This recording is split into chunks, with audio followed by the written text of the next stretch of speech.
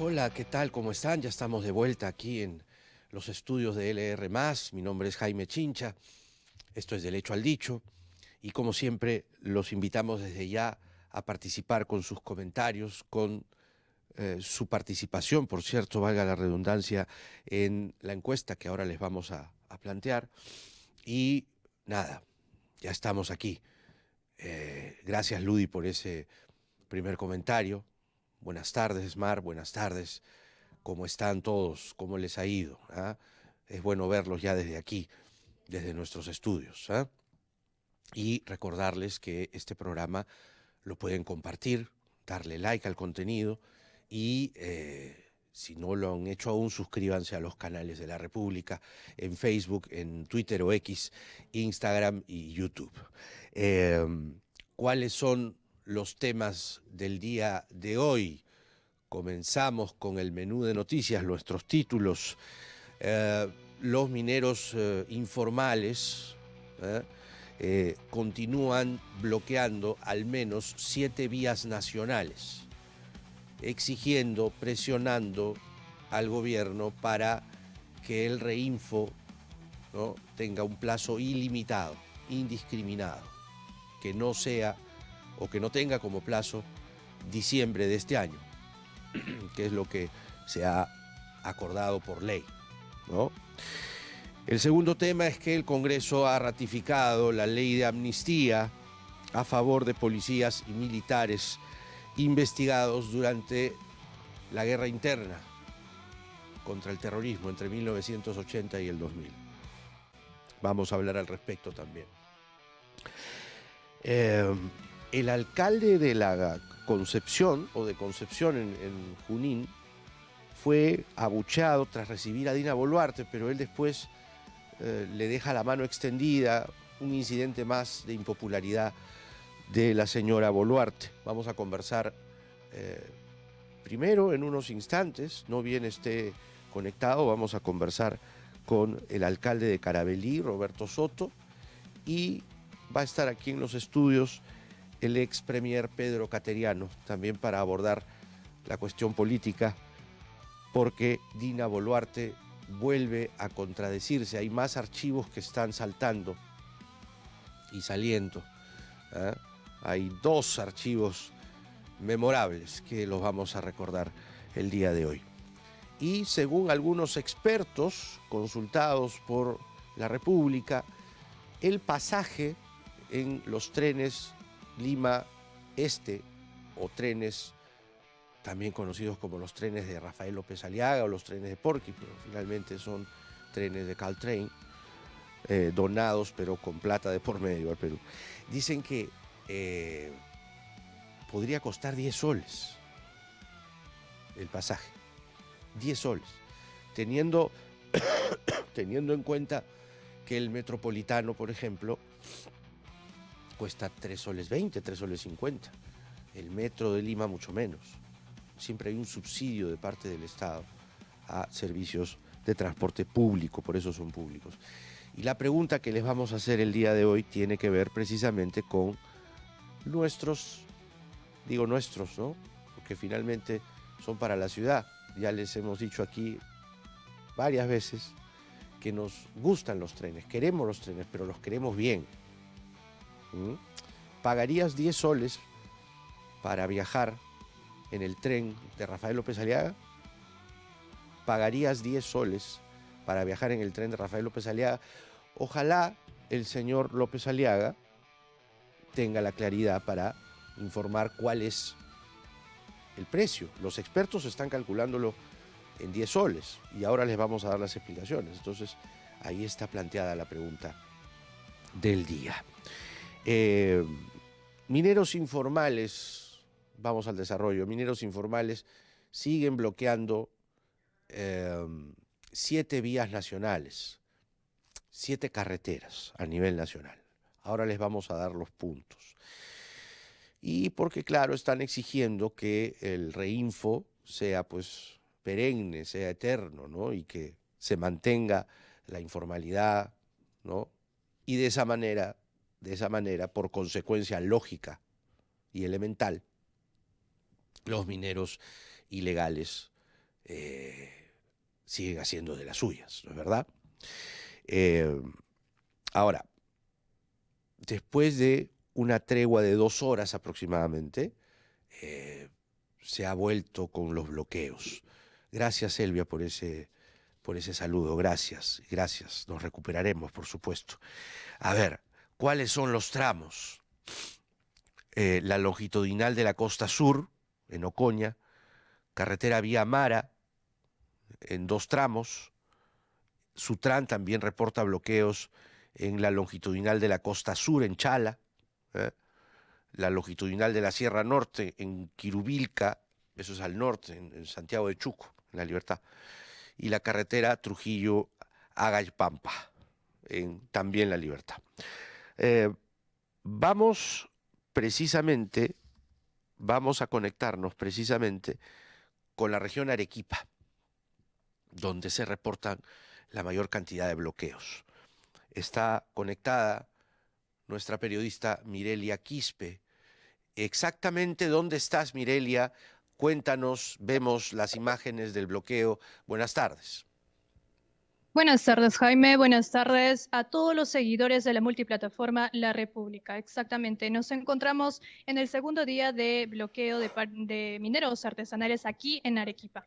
Exactamente estamos en el Alto Siguas. Es una zona conocida como Alto Siguas que está a la entrada del distrito de Pedregal, a 2 horas de la ciudad de Arequipa. Y como podemos ver, el panorama definitivamente se está tornando un poco más tenso, ya que el día de ayer la República también estuvo en este lugar de los hechos y había un número menor de mineros artesanales. Ahora el número, avancemos por favor, el número de mineros artesanales ha incrementado a un 50%. Por aquí también hay algunos voceros de mineros artesanales. Vamos a permitir si hablamos. Buenas tardes. Vemos que el número de mineros artesanales ha aumentado. Han venido tal vez más de sus compañeros. Coméntenos, ¿van a venir incluso más de sus compañeros?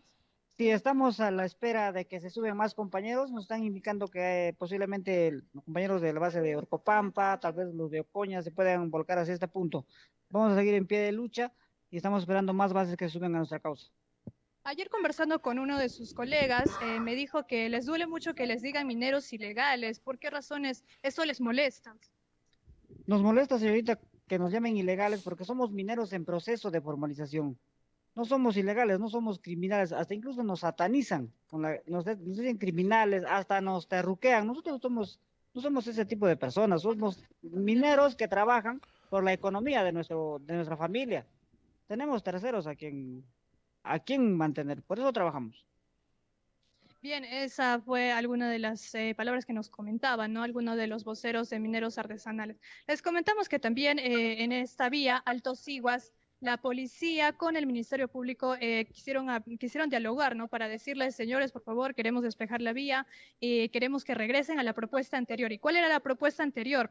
Del día de ayer, por ejemplo, estaban dando tregua 1 hora y pase otra hora, y así sucesivamente. Mirelia, Pero, sí, coméntame. perdona la interrupción. ¿Cuánta gente, grosso modo, o si la imagen nos puede evidenciar, cuánta gente se está viendo afectada con este bloqueo? Alrededor de 300 personas a 200 personas, 250. De acuerdo, de acuerdo. Y Ah, la autoridad no se ha hecho presente. la autoridad, bueno, estaba la policía y la prefecta también, la prefecta de la zona. Ya, Ellos han indicado que liberen la vía, ¿no? De alguna manera la protesta es un derecho, les han dicho, pero que no bloqueen la vía, ¿no?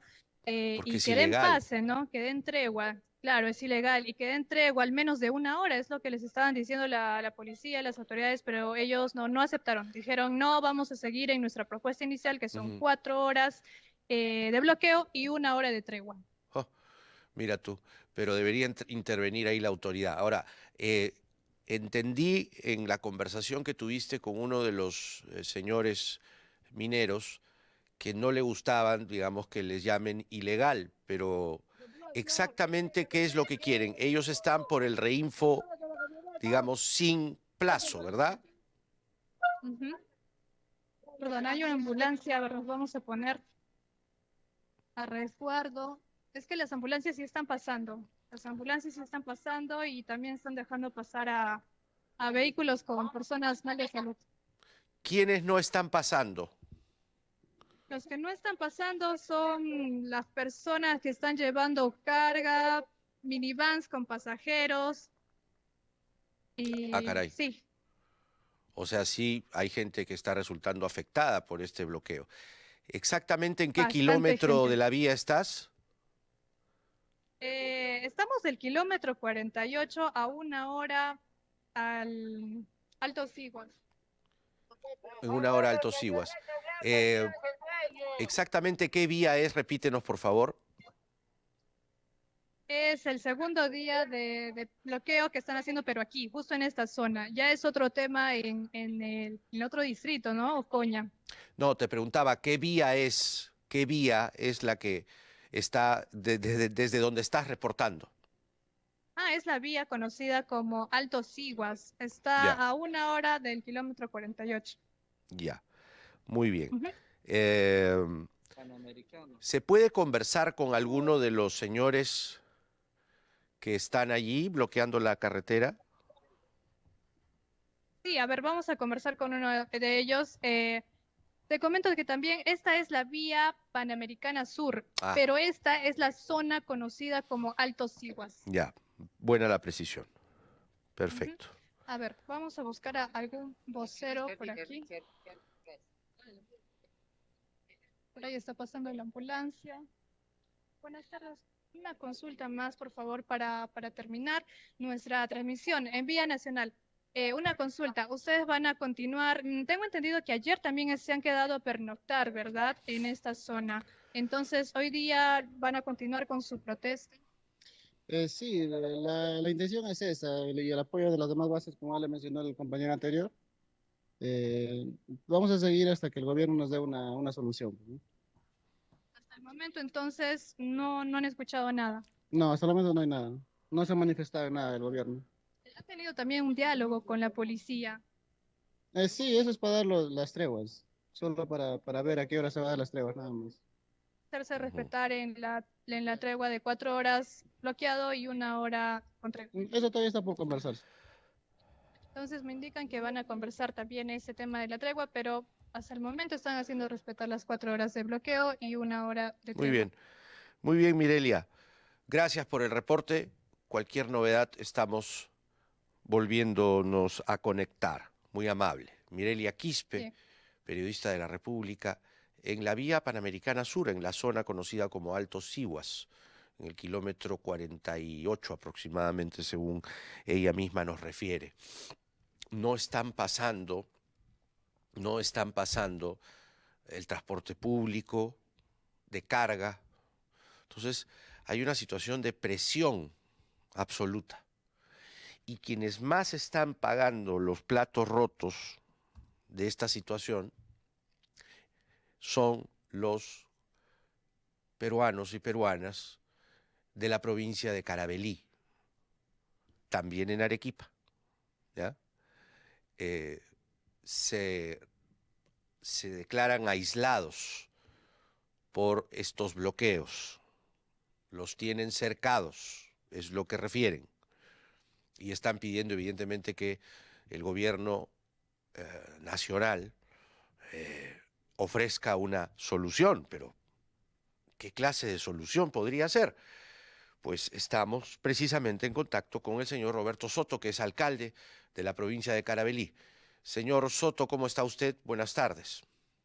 Muy buenas tardes, Jaime. Muy buenas tardes a toda tu teleaudiencia del grupo La República. Soy alcalde provincial de Caravelí, Roberto Soto Riveros, Sí, y efectivamente aquí en mi provincia de Caravelí estamos muy consternados, sumamente preocupados por esta crisis que la tosudez, sobre todo, el encerrarse en posiciones ajenas a sus planes programáticos iniciales de parte de la presidenta Boluarte, de su grupo político y también de determinados gremios como la Sociedad Nacional de Minería y Petróleo, han llevado sin conocer la realidad.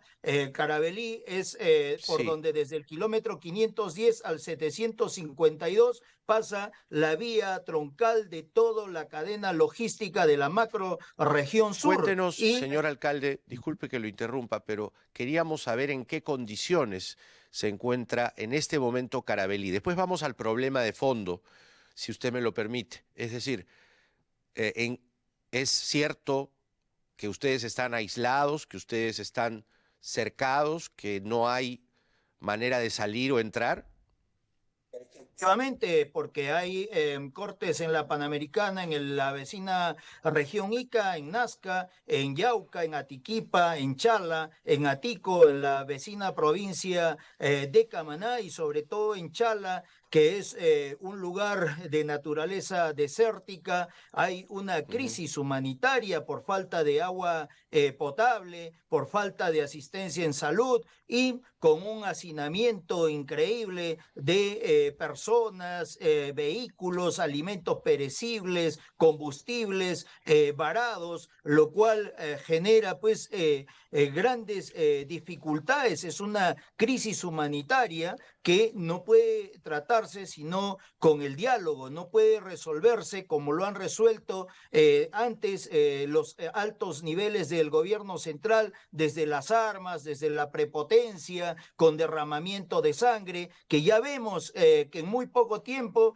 pasa factura y luego los dueños de los grupos económicos que se pretenden eternos latifundistas en un estado feudal en pleno siglo XXI porque tienen concesionadas miles de hectáreas en las cuales no invierten ni un solo dólar por muchas décadas y sin embargo cobran regalías a estas personas mineros artesanales que han sido pues expulsados de las ciudades del modelo económico imperante y pues tienen de alguna forma que trabajar lo que en los mismos círculos Claro, señor del alcalde, capital pero en usted Lima es llaman el consciente, capitalismo popular. disculpe que lo interrumpa, pero lo que se está pidiendo de parte de los mineros informales o artesanales, ¿no?, es que el reinfo se extienda casi de por vida. ¿Usted está de acuerdo con eso? ¿Usted apoya, respalda eso? ¿No es mejor, El análisis pregunto, es no es más mejor profundo, que se es más profundo. formalicen, no es mejor que vayan a un proceso de formalización y que, de acuerdo, creo que tienen todo el derecho de ejercer la actividad minera, pero al mismo tiempo todo el derecho de tributar?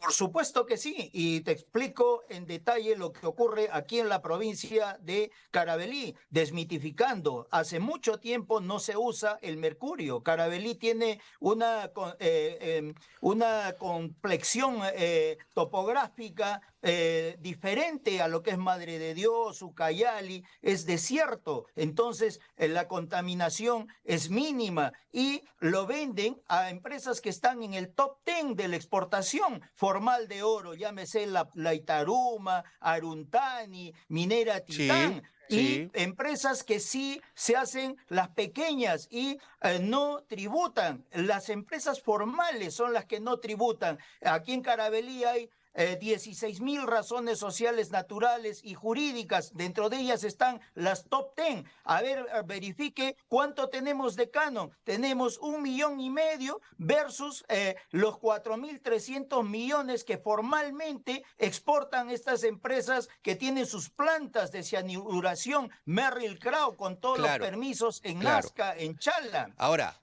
otra cosa, creo, señor alcalde, con todo respeto, que no se justifica bajo ningún punto de vista el bloqueo, porque se está bloqueando vías nacionales que llevan personas, carga y demás. ¿Qué gestiones está haciendo usted, ya sea con el gobierno regional o el gobierno nacional, para que el bloqueo se termine? Es inconstitucional lo que se está haciendo, ilegal. Hemos ido a las puertas del señor Máximo Gallo, a las puertas del señor Montero, del señor Ibarra, del alto comisionado, del general César Gentile, del viceministro del Interior, tocando puerta por puerta, pero no somos escuchados. Nosotros llamamos un diálogo aquí en Caravelí, llamamos un diálogo en Calpa, llamamos a un diálogo en Chala, donde, y sobre todo al Congreso, que Ya, sí pero ¿qué tiene, diálogo se pues, puede establecer si están bloqueando la vía? Para que haya diálogo toma de se tiene que medidas desbloquear la vía. nuevamente.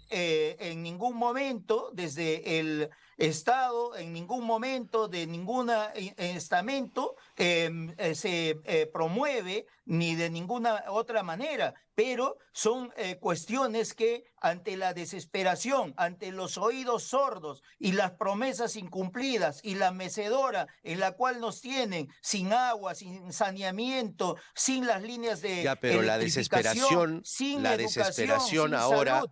la desesperación ahora la tiene mucha gente que está sin poder transitar la vía, parados, varados en medio de las carreteras. Eso no es justo. Justamente, y compartimos esa preocupación, y por eso es que pedimos puentes aéreos, pedimos acción cívica, pedimos inteligencia, pero pedimos también que se aborden los problemas de Caravelí, y que Caravelí, los más de 100.000 habitantes, no se queden sin servicios elementales, sin poder aspirar a una calidad de vida como la tiene Lima. ¿Por qué no se levanta Lima? Porque más del 50% es una clase media, pero estas empresas de la Sociedad de Minería y Petróleo que usureramente, que de forma pues especulativa tienen denuncios o concesiones del subsuelo, las cuales se han hecho propietarios y no invierten un solo dólar, están agudizando las contradicciones como en Venezuela, como en Bolivia, para que lleguemos a este estallido social, cuando nosotros siempre estamos abiertos al diálogo y a que un colchón de clase media del 60% sea justamente el mejor resguardo, la mejor vacuna para que no hayan estas aventuras extremistas. Bueno, ha sido la opinión del alcalde de Caravelí, el señor Roberto Soto, con nosotros, una provincia arequipeña que está en este momento sitiada, cercada por los bloqueos de los mineros artesanales. Gracias, señor Soto, por este diálogo. Hasta pronto. Gracias a ti, Jaime, hasta cualquier momento. Hasta luego, gracias, gracias. Lo cierto es que no se puede permitir un bloqueo de esta magnitud, ¿no? Pero son ahora los mineros informales, artesanales, ilegales, los que están paralizando parte del país, o una parte del país, o varias partes del país. ¿Ya?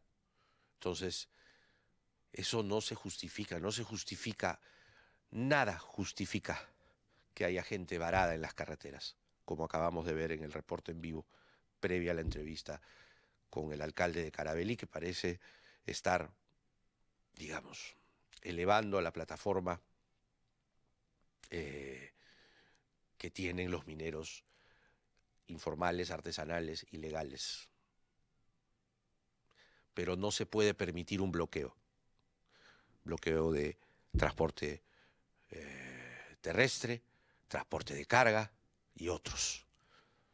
Están solo dejando pasar ambulancias. ¡Qué buena vaina! O sea, ellos deciden quiénes pasan y quiénes no. Una vez más el Estado subordinado a grupos, ¿no? Por más razones que tengan, por más razones que ellos pretendan que se les conceda, ¿no? Que es básicamente, queremos seguir siendo informales, ¿no? Por más que ellos quieran eso, no pueden bloquear las vías. No se puede bloquear las vías, punto. Es inconstitucional. Todos los peruanos y las peruanas tenemos el derecho al libre tránsito. Está amparado en la Constitución y el Estado tiene que garantizar eso y el Estado no lo garantiza. Por más que hace un rato haya salido el ministro de Transportes, el señor Sandoval, a decir, sí, vamos a desbloquear las vías. Quiero verlo, queremos verlo. Así que estaremos atentos.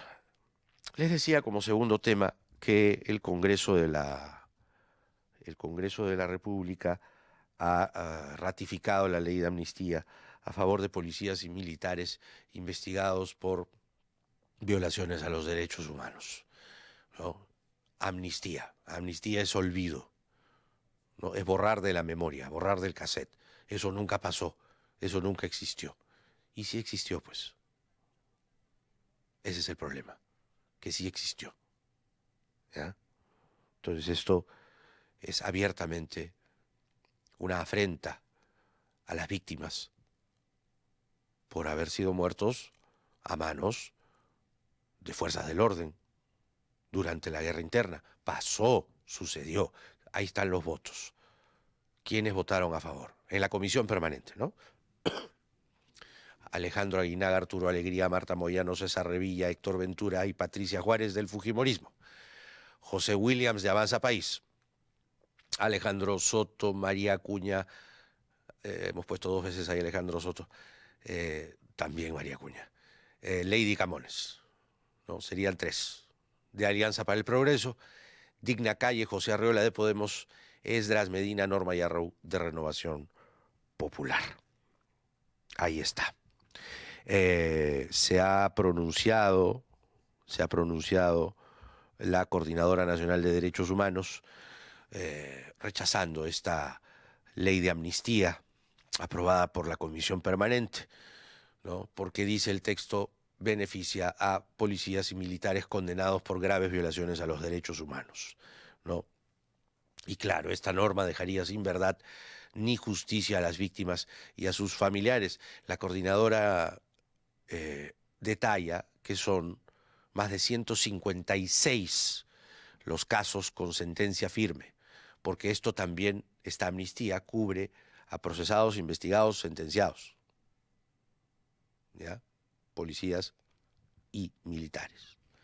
600 procesos judiciales en curso por ejecuciones extrajudiciales, tortura y desapariciones forzadas están en riesgo de ser archivados, dice el comunicado de la Coordinadora Nacional de Derechos Humanos.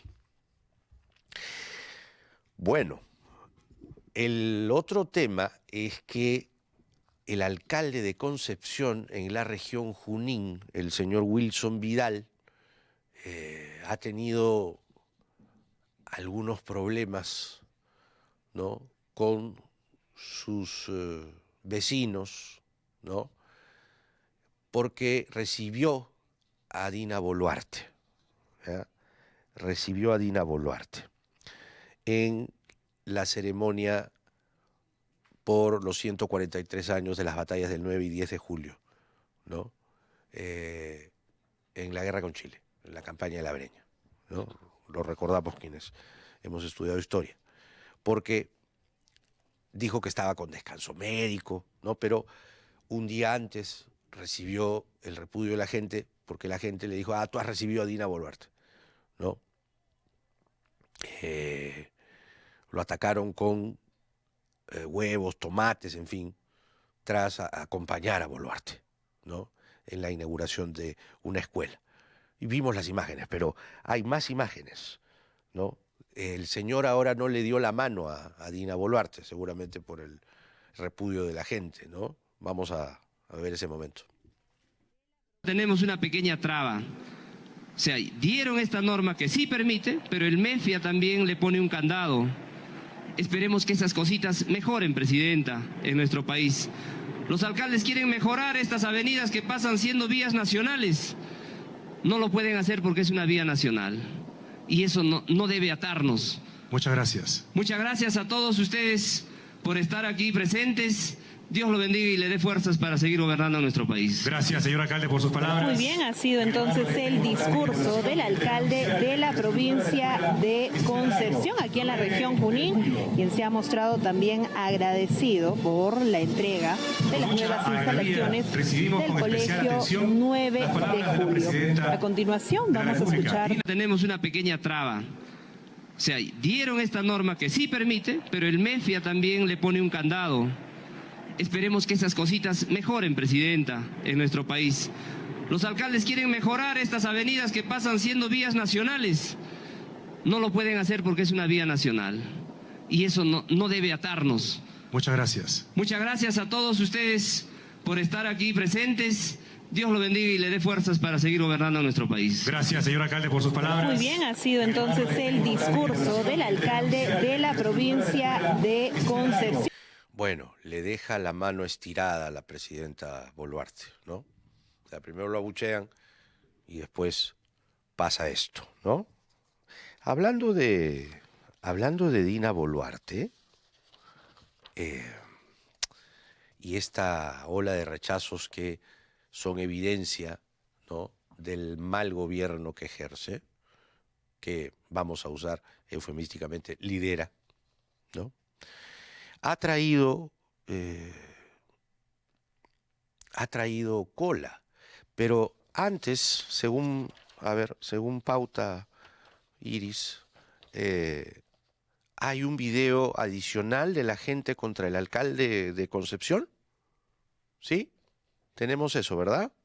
Ya, a ver, vamos a verlo, vamos a verlo.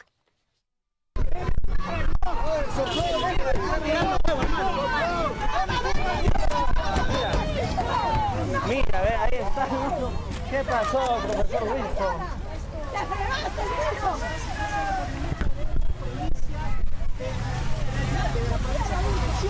Y se acaba de retirar a alta velocidad. Se le ha ocurrido recibir a Dina, sabiendo que Dina ha hecho muchas cosas malas, sabiendo que Dina, que ha dicho que ha declarado en un medio que la población, las mujeres, podemos cocinar con 10 soles, mientras que esa desgraciada ahora va a cocinar con 150 soles diario. ¿Cuánto se ha aumentado el sueldo? Más de prácticamente 40.000 soles. ¿Y la población qué? ¿Aumenta el sueldo mínimo? No aumenta el sueldo mínimo. Hay gente que se muere de hambre, los campesinos se mueren de hambre. Sí era importante tener claro ¿no?, el panorama. Esto ocurre con el alcalde y en la ceremonia el alcalde le deja la mano extendida a Dina Boluarte. Pero les decía que hay archivos que han ido saltando, y los vamos a ir comentando con nuestro invitado, el ex premier Pedro Cateriano, que ya está con nosotros presencialmente. Adelante.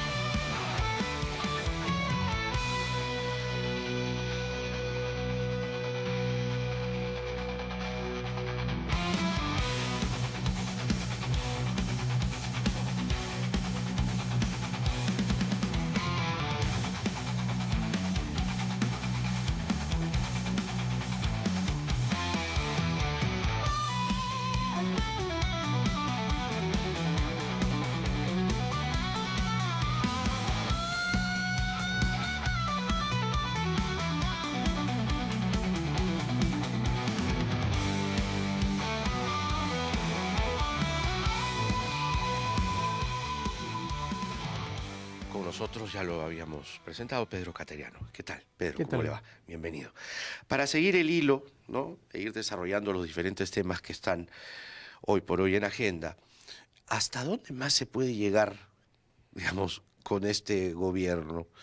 Porque ya hay manifestaciones concretas. Lo de los mineros informales, ilegales, artesanales es un tema aparte, pero y significa en la práctica, constituye en la práctica una paralización de actividades, en fin, de personas varadas. Pero también hay manifestaciones como las que acabamos de ver, que se han repetido también en la región Arequipa días atrás. ¿Hasta dónde más se puede llegar? Bueno, la presidenta cree que mintiendo no le pasa nada. Y esto es consecuencia de la devaluación de su palabra. No honra su palabra y eso es muy peligroso, ¿no? Desde que comenzó el gobierno, lamentablemente empezó a mentir. Ella ante el Congreso se comprometió a adelantar las elecciones generales, no hay que olvidar. Y hoy día estamos viviendo esta anarquía política y estamos pagando las consecuencias de no haber adelantado las elecciones generales. Claro. Hay una anomalía democrática y constitucional. Es una presidenta que no solo miente, no da cuenta de sus actos. Eso no ocurre en ninguna democracia. Es una presidenta que carece de partido político, de bancada parlamentaria, que en la práctica es una presa política de este Parlamento que también impunemente viola el orden constitucional. Entonces, por eso menciono que estamos ante una anomalía democrática y constitucional. ¿Y cómo salir de esta? Bueno, salir tomando conciencia de la gravedad que implica el voto en las elecciones generales. Y confío que en esta campaña que se viene, la gente se informe, los partidos ofrezcan propuestas y sepamos quiénes usan la mentira impunemente y quiénes dicen la verdad. Es cierto que el país está acostumbrado a elegir a presidentes mentirosos, pero ya hemos visto también cómo acaban los presidentes mentirosos. Ahora están embriagados de su poder en el gobierno y en el Parlamento. ¿No? Fundamentalmente ella. No. Y los parlamentarios. Los parlamentarios. Los parlamentarios hacen lo que quieren. Por ejemplo, ayer han aprobado una ley de amnistía. ¿Qué consecuencias tiene esa aprobación? Esto es gravísimo porque no hay democracia sin justicia. La justicia es la esencia de un sistema democrático. Autoritarismo, impunidad existen en las dictaduras de derecha y en las dictaduras de izquierda, porque hay que decirlo también claramente, tenemos lamentablemente partidos antidemocráticos en la izquierda y en la derecha, que siguen defendiendo la dictadura de Fujimori y Montesinos, lo de derecha, y los de izquierda, por ejemplo, avalan a la criminal dictadura venezolana. Estas son las consecuencias. Y Cuba y Nicaragua. Exactamente. ¿No? Claro. Entonces, así no avanza el país. Y esto es lamentablemente un problema de nuestra incultura democrática. Creer que la democracia soluciona los problemas, la mano dura, la bestialidad. Por ejemplo, en estas pocas horas se ha empleado como ejemplo el caso del Frontón. ¿Cuántos años ha demorado el proceso? Ciertamente el Poder Judicial tiene una grave responsabilidad en esto. Pero no podemos olvidar el salvajismo que significó las ejecuciones con gente rendida, balazos en la nuca. Eso no se puede olvidar. No se puede pasar tan alegremente. Hay otros mecanismos constitucionales, se tenían otras vías legales para solucionar esto. Claro que sí. Por ejemplo, una comisión de indultos que revisara caso por caso. Claro. Que fue algo que se utilizó en el pasado. Pero tenemos acá a una Defensoría del Pueblo muda, a un gobierno mudo, ¿no? A un Ministerio de Justicia mudo ante esta clase de atropellos que continuamente viene cometiendo el Parlamento. Ahora, dices entonces que con la aprobación de esta ley de amnistía, el Perú se aleja de lo que constituye ser un país democrático. Yo creo que exactamente profundizamos la crisis. Estamos ante una anomalía democrática constitucional. No somos un ejemplo de democracia. Se ha tratado de vender la idea simplemente porque los partidos políticos que integran este vergonzoso Congreso han privilegiado los intereses partidarios, económicos y han dejado de lado el interés nacional. Pero estamos en una situación sumamente grave en donde este Parlamento aprueba normas que favorecen al crimen organizado. Y hay que decir el cinismo con el que actúan, porque ahora, por ejemplo, Fuerza Popular, Alianza para el Progreso y la izquierda se presentan como defensores de las Fuerzas Armadas. Pero son estos mismos partidos los que acusaron falsamente, por ejemplo, a todos los miembros de las Fuerzas Armadas que trabajaron cuando yo fui ministro de Defensa, por atacarme a mí. Persiguieron políticamente, usaron su poder para someter a estos militares. Y estos militares durante 10, 12 años han sido víctimas de la prepotencia política de Keiko Fujimori, del señor Acuña, de los apristas liderados por Luciana León y de toda la izquierda que se sumó a este cargamontón, aprobando el informe de la señora Luciana León que involucraba injustamente a generales y almirantes o tenientes generales de la Fuerza Aérea que cumplieron con su deber y lo cumplieron con honestidad, porque a lo largo de estos años la Fiscalía en la casi totalidad de los casos, salvo uno, el de los aviones Spartan, que ya está durando 10 años, han sido todos los actos convalidados legalmente. Pero por razones políticas, el fujimorismo, Alianza para el Progreso y la izquierda los persiguieron. Y hoy día, alegremente, los fujimoristas y los empleados del señor Acuña tratan de vender la idea de que son los verdaderos defensores de las Fuerzas Armadas, cuando son estos partidos los que usan políticamente a las Fuerzas Armadas. Y hay que evitar el uso político de las Fuerzas Armadas. Lo que está describiendo es un uso político, ¿no? Bueno, lo hablo además una persona que creo a lo largo de mi trayectoria ha demostrado que he estado con las Fuerzas Armadas. En lo que nunca estaré es en favor cuando las Fuerzas Armadas violan el orden democrático y constitucional. Pero yo recuerdo un caso, por ejemplo. O matar gente inocente. Exactamente. El caso de la operación Chavín de Huántar. Claro. Cuando me designaron agente ante la Corte Interamericana de Derechos Humanos. Los militares que participaron en ese acto, estuvieron en absoluto estado de indefensión durante toda la dictadura de Fujimori y Montesinos y durante el segundo gobierno aprista. Yo asumí ese caso, esa defensa ante la Corte, porque sabía que ese acto tenía como propósito rescatar rehenes. Correcto. No era, como manifestó la izquierda extremista, un acto para ejecutar extrajudicialmente a los terroristas que habían tomado. Y logramos revertir el caso, pero es un caso notorio. Hay otros casos, reitero, por ejemplo, el del Frontón, que es indefendible desde el punto de vista de la justicia. Y por esa razón creo que acá nuevamente el país, a través del gobierno y del Parlamento, vuelve a cometer errores que nos colocan en la etapa más negra del fujimontesinismo, ¿Y que usaba estos argumentos. ¿Qué entonces queda, en este caso, para los familiares de las víctimas, ¿no? La Corte Interamericana, el sistema interamericano es lo único que queda. Pero la Corte Interamericana, a su vez, ya se ha pronunciado, ¿no? Y eso, más bien, ahí vendría el siguiente tema, ¿no?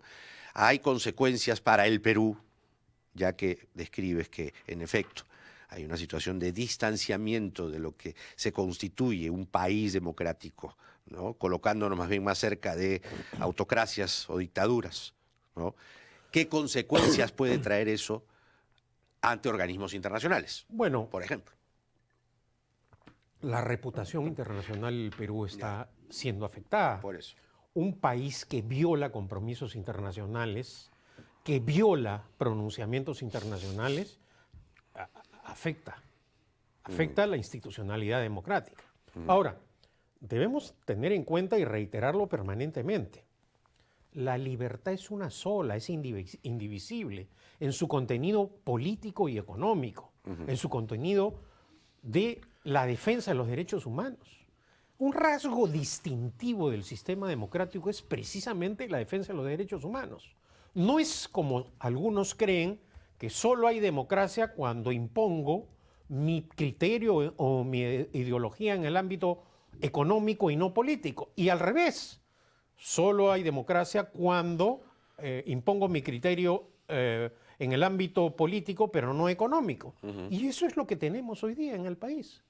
Sectores antidemocráticos que, según sus intereses, privilegian aspectos de la democracia, cuando la democracia en esencia es justicia y defensa de los derechos humanos. No solo es economía de mercado, libre empresa, fomento a la inversión nacional y extranjera, desarrollo económico, que es la única forma de salir de este caos. Claro. O sea, somos un país bendecido por la naturaleza. Ahora vemos que sobra el oro, pero lo operamos ilegalmente.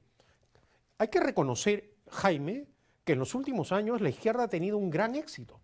Ha logrado paralizar las inversiones mineras en el ámbito formal y frente al avance incontenible. Yo no veo marchas. Bueno, nada, ni protestas. Yo recuerdo que cuando me presenté por segunda vez a exponer el programa de gobierno ante el Parlamento, advertí que uno de los grandes problemas del país era el avance incontenible de la minería ilegal. Bueno, el Parlamento me negó la confianza. Mis adversarios y enemigos festejaron ese hecho. Lamentablemente, el tiempo me ha dado la razón. Y hoy en día se siente tan poderosa la minería ilegal que estamos viendo que uno de sus líderes amenaza públicamente a la nación diciendo que va a correr sangre o se va a derramar sangre. Que van a tomar Lima. Entonces, ¿no? Ya estamos en una situación también de desgobierno, ¿no? No hay liderazgo político, hay ineptitud, hay frivolidad de parte de la presidenta y estas son las consecuencias, repito, de no haber adelantado las elecciones generales. Pedro Cateriano con nosotros, ex primer ministro también. Gracias, Pedro. Regresamos enseguida para hablar de los trenes de López Aliaga. No se vaya.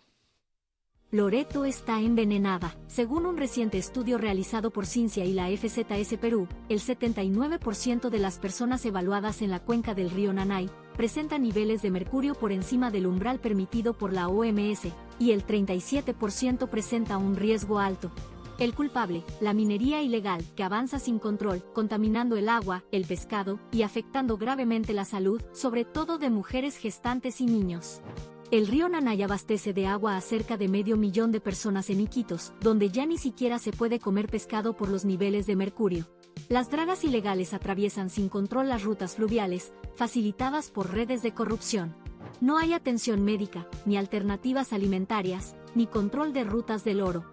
La inacción del Estado y un Congreso que impulsa leyes para legalizar lo ilegal, agrava aún más la emergencia. Es hora de actuar, prohibir el mercurio, promover tecnologías limpias y proteger a las comunidades. Debemos evitar una tragedia sanitaria y ecológica, porque el silencio institucional es tan tóxico como el mercurio. Vamos a hablar de nuestro tema favorito, y lo digo sin sorna, el de los trenes, ¿no? Este fin de semana llega el primer lote de locomotoras y vagones de los trenes de Caltrain, la empresa californiana, que ha adquirido el señor Rafael López Aliaga, se dice como donación, pero con un costo importante para la ciudad. Ya, primera cosa. Segunda cosa es que va a llegar este primer lote, pero no hay espacio para el segundo lote. ¿Ya? Primera cosa. Son varias cositas que hemos ido identificando de nuestro tema favorito. ¿Ya? Y de verdad, porque queremos que funcione, pero no a la loca, no a la carrera, porque pueden haber consecuencias lamentables, trágicas incluso, si se hace mal. Se tiene que hacer bien. ¿Ya?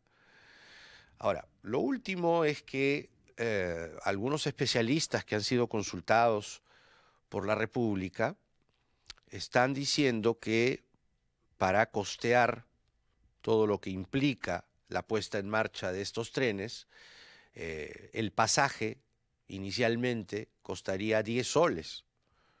Eso es mucho. Es mucho. Comparado con otro transporte público como el metropolitano o el metro de Lima, que está entre 2-3 soles, como ya bien se sabe, ¿no? Pero, ¿por qué estos especialistas hablan de esa tarifa, ¿no? A ver, no son cualquiera. Ha sido consultado, por ejemplo, Carlos Extremadoiro, que ha sido ministro de Transportes, ha sido consultado Aldo Facho, que es presidente de la Comisión de Urbanismo y Hábitat del Colegio de Arquitectos, nada menos, ¿ya? Por decir dos nombres. ¿Ya? Entonces, por ejemplo, ¿no? ¿Qué dice? A ver, podría alcanzar entre 6 y 10 soles, ya, para ser exacto, hasta 10 soles, por eso dice bien el titular. Entro a mayor detalle, entre 6 y 10 soles costaría el pasaje. Igual sigue siendo caro, ¿no? Igual sigue siendo caro, ¿no? A ver, entonces, 10 soles el pasaje máximo, ¿no? Como primera cosa. Segundo, que como les digo, se ha anunciado, ¿dónde está el el comunicado, a ver, el comunicado de el comunicado de el concesionario de la vía del tren. A ver si lo tengo por aquí. A ver. Pónmelo. Ya, bueno, ya lo he leído yo. Pero lo que dice ahí, en concreto, es que solo entra el primer lote. No entra más. ¿Ya? Solo entra el primer lote. Y, lamentablemente, no se ha especificado con detalle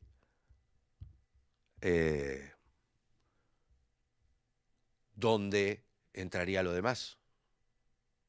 O sea, y eso se suma, como les decía, a una serie de observaciones que hemos estado haciendo todos estos días, ¿ya? Primero, recordar, no hay estaciones. 1. La altura de los puentes, que según los expertos, ingenieros sobre todo, sostienen que es algo sencillo de hacer. Pero no me digan pues que el tren ya va a operar. Ya, los puentes, van 2. Patio de maniobras, ¿cuál es? El patio de maniobras es, ¿no?, el final o el inicio, según sea el caso, del recorrido. ¿Ya? ¿Cuál es el patio de maniobras? Donde el tren debe dar la vuelta. Los vagones y la locomotora, ¿no?, que va adelante. Los horarios, ¿a qué hora va a pasar el tren? Tampoco se nos ha dicho. No está claro. Los cruces. Y los cruces pasa también por las estaciones y señalizar esos cruces, ¿no? Y el tren tiene que avisar también que está pasando, no solamente el ruido de la locomotora y las ruedas andando sobre los rieles, sino tiene que hacer un ruido, pues, tu, ¿no? Y el sonido de los rieles tiene que avisar. Entonces, eso se hace en los cruces o en zonas pobladas, ¿ya? La vía, los rieles de la vía de vuelta, ¿no? Porque asumimos que como no hay vía de vuelta, y eso va a tomar, sí, buen tiempo, estos trenes no serán de flujos continuos. Va a tener que ir y venir, porque solo hay una vía, no hay dos. No es como el metropolitano o el metro. No, solo hay una vía. ¿Ya? Otra cosa. ¿Cuál va a ser el plan para emergencias? En general. Porque lo que yo he visto, y esto va a otro tema o amarrado a otro tema, que es el de la señalización de los trenes, toda la señalización de los trenes está en inglés, hay que pasarlas a español. Entonces, va sumando y son cosas que una por una hacen que esto no pueda implementarse tan prontamente. Y lo del pasaje, ya les dije, hay que aclararlo, eso está en la encuesta, que pueden participar, si no lo han hecho aún, en el chat de la transmisión en vivo de YouTube. Porque es cierto, este es otro tema, el costo del pasaje, que se dice, según expertos, entre 6 y 10 soles, tendría que estar subsidiado, porque sí hay subsidio, se subsidia una parte del pasaje, al ser un servicio público. Entonces ahí también habría que evaluar eso.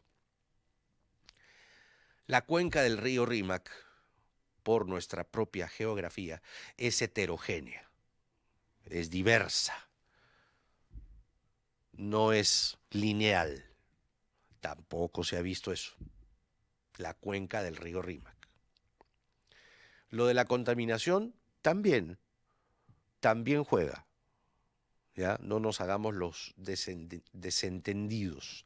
Hay niveles de contaminación y por eso California se deshace de estos trenes, porque ellos ya los tienen eléctricos, ¿ya? Todo eso es inteligencia artificial. Señalización en la vía y en las intersecciones. En la vía tiene que haber señalizaciones, junto a, obvio, las estaciones. No hay.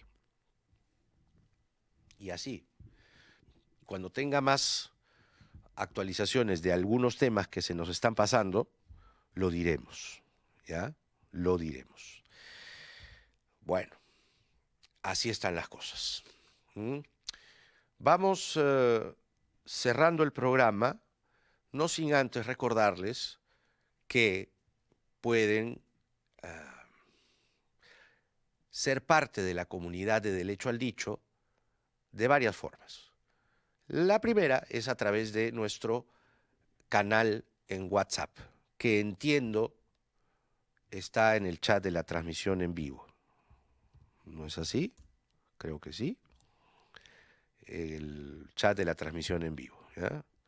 Ustedes simplemente le dan clic ahí y listo, pueden participar, ¿ya? A ver, sí, ahí está, ¿ya? Y ahí les llegan noticias, les llegan, en fin, información que vamos a procurar que sea entregada de forma diligente a ustedes, nuestro público. La otra manera de ser parte de esta comunidad es ¿cómo? A través del canal de YouTube. Ustedes van al menú de la página de inicio de YouTube y le dan ahí, pum, ponen clic y ponen @DerechoAlDicho_LR, como está en pantalla, y se unen a nuestra comunidad, donde también pueden encontrar las entrevistas, los comentarios, los shorts, de acuerdo al formato de YouTube. Ya estamos en 3.000 suscriptores, es un número ya importante. Y queremos por más, y vamos por más. Muchas gracias por eso. La encuesta del día de hoy fue la siguiente: ¿pagarías 10 soles para viajar o por el viaje en el tren de Rafael López Aliaga? Evidentemente son 204 votos, gracias a esas personas por participar. 9% dice que sí, 91% dice que no. Entre 6 y 10 soles, ¿eh? Porque es hasta 10 soles. Pero bueno, esas cosas tampoco están claras, ¿se dan cuenta? Tampoco está claro. Vamos con los comentarios para cerrar esta edición de hoy. Mar dice, ya de por sí reniego con pagar 3.80 en el metro y reniego más porque las combis y buses aún no bajan el precio. Renegaré peor pagando 10 soles. Sí, pues 10 soles es mucho, ¿no? Evidentemente, la oferta existente, que yo no digo que sea buena, ¿no? Deberíamos tener metros por todos lados, La oferta del Lima Este al Lima Centro es mucho más barata, entonces no sé si la gente tome los trenes. Tenemos más. Wilber dice, en Tacna ya estamos sin GLP y productos como frutos y verduras. Ojo, miren lo que está reportando nuestro video oyente Wilber Laura. En Tacna ya estamos sin GLP y productos como frutos y verduras están escaseando, además de la suspensión de venta de pasajes para Ica Lima. La cosa puede ir peor. Lo sentimos mucho, pero es así. Irma Mendoza dice, hay que recordar que el hoy fujimorista Rospigliosi formó parte de la Comisión de la Verdad. ¿Cómo has cambiado, pelona? Claro, no fue un comisionado, pero estuvo a favor del informe y todo lo demás. Sí, es cierto. Sí. Magnolia dice, nunca he visto un presidente tan odiado en este país. No lo quieren ni en provincia. Es tremendo, es tremendo. Aner dice, los trenes es para el 2030, las vías no están habilitadas, como por ejemplo los rieles, las paradas, las señalizaciones. Exacto, es justamente lo que estamos diciendo. Va a tomar mucho tiempo. Pero lamentablemente, todo se ve o todo pinta a que esto quede en una foto, ¿no? Para que sirva a la campaña presidencial del señor López Aliaga, ¿no? Pasó algo parecido, aunque no podía postularse, ¿no? En 1990, cuando Alan García presentó al país con una popularidad ínfima, nunca tanto como Boluarte, pero con una baja popularidad y con un país en la quiebra, ¿no? Presentó el tren eléctrico, lo que hoy es el metro de Lima, ¿no? En ese momento él presentó 1 kilómetro y lo hizo a lo grande. 1 kilómetro. ¿Pasará lo mismo con López Aliaga? Veremos, porque como les hemos dicho, en este programa somos hinchas del tren, de los trenes en general, nos encantan y queremos que funcionen. Por mí que el país esté lleno de trenes, sería una maravilla, ¿ya? Pero que funcionen bien. Gracias por sus comentarios, gracias por su audiencia, gracias por participar en la encuesta y como siempre estar ahí. Y gracias por sus saludos también de pronta recuperación, ¿eh? Nos volvemos a ver mañana. Nuestro horario ha regresado al de siempre, ¿eh? No ha pasado nada. Estamos 12:20, como es habitual. Esto es Del Hecho al Dicho. Mi nombre es Jaime Chincha.